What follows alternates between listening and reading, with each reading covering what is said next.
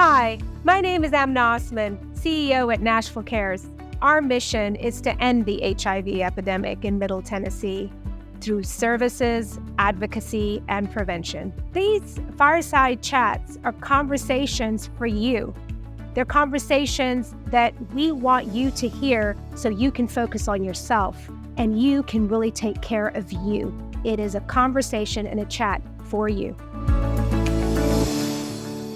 Well, today we're going to really sit down and talk about why you joined CARES. You know, I met you, 2019 AIDS Walk. Yes, oh my God, I can't believe it. So why did you join CARES? I think the work that they do is very, very important. So I was in New York City in the later 80s, early 90s. Mm-hmm. So when the AIDS epidemic was really kind of killing people I knew, just to be blunt.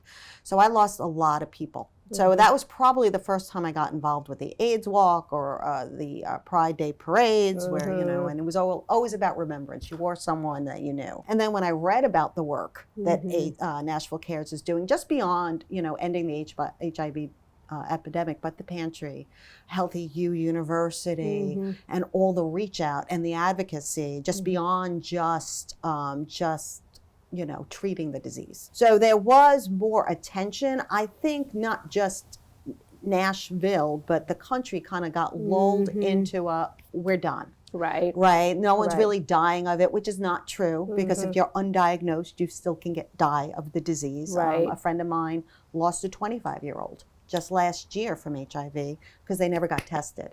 So we sort of we can treat it and it just became like any other sexual disease, right? But with everything else, you got to get tested. You got to know you have it to treat it. And when I think about what you said, a 25-year-old ending up dying because they did not know their status. Yeah. I think that what you just said was really compelling. 1 in 7 people don't know their HIV status. So how do we really start moving and thinking about coming from there and you seeing education, billboards out there, seeing information about HIV at that time, about AIDS. And now how do we, 40 years into the epidemic, and we're still talking about trying to end HIV? There should be no stigma to trying to get an HIV test. It doesn't mean that you were irresponsible or you were anything. I think sometimes there's too much stigma attached to these things. Rosalind Carter just died. Right. And she was sort of the first advocate for mental health and trying to take the stigma out of that. Right. For some reason, there's still a stigma associated with sexual health in general, and specifically HIV or AIDS, almost an unwillingness to want to admit that you need either treatment or a test. I mean, you are an amazing board member, and I wish that board members could you really believe the mission. You live the mission. Yeah. It's personal to you. You believe that people should be healthy in all ways, whole health, sexual health, comprehensive health. So let's talk a little bit about when we opened the clinic during the pandemic. That was amazing. Yeah, wasn't that amazing? Because we felt that folks were not accessing care and were not able to get care. And so we said, what are we going to do about our community? And the board sat down and took a really bold step in opening up a clinic in the midst of the pandemic. But look how well that's turned out in number of clients we are treating and people coming through the door, not just for their status, but more comprehensive health care. And I think from the moment you joined, and what I always felt compelling and excited about, it was comprehensive health care. Treating the whole self and not just the disease, because there's a holistic approach, whether it's nutrition or you prep or getting treated if you are positive, right? And I know a couple of colleagues who said Nashville CARES was life-saving, not just because they got the test, but then they got them into treatment. That peer-to-peer connection is critical. Yeah, and that peer-to-peer, I mean, when we opened the clinic, that test to treat program, which means that we would test people and then if positive, link to care within hours, never unheard of. Well, you took it a next step with the mobile care unit and what you started to do at Pride. Right. The Pride events where people were getting tested and going straight into, and now we have finally the mobile unit where we can take the show on the road, if you will, and widen the access to treatment. We found really creative and innovative ways to really support people. And now we're able to still continue that and still, Beth Ann, we have people that get therapy from their couch.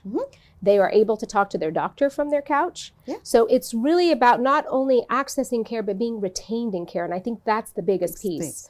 Yeah, because people travel hours to get services and they access services, but they may not stay and be retained in services. Well, especially if it's inconvenient or they don't have the means by which to continue. Right. So, you know, especially the teledoc or the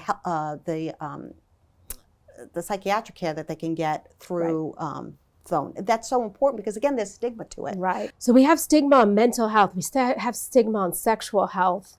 And, you know, what are we going to do? And as we think of the future and the great things that we're doing with this comprehensive hub, I am so excited. I am very excited. And I think it's just constantly underscoring the support that we have. What messaging can we get out that there is no shame? Right. Illness is not something to be ashamed of. It is something to get treated for so you can live a healthy and productive and happy life. Right. Mental illness, there's not anything to be ashamed of. Again, it's about trying, how do you take the stigma out of it? And I think it's just providing that love and support for the community, especially in a state that seems to want to target that community. So how do we still continue to advocate for them?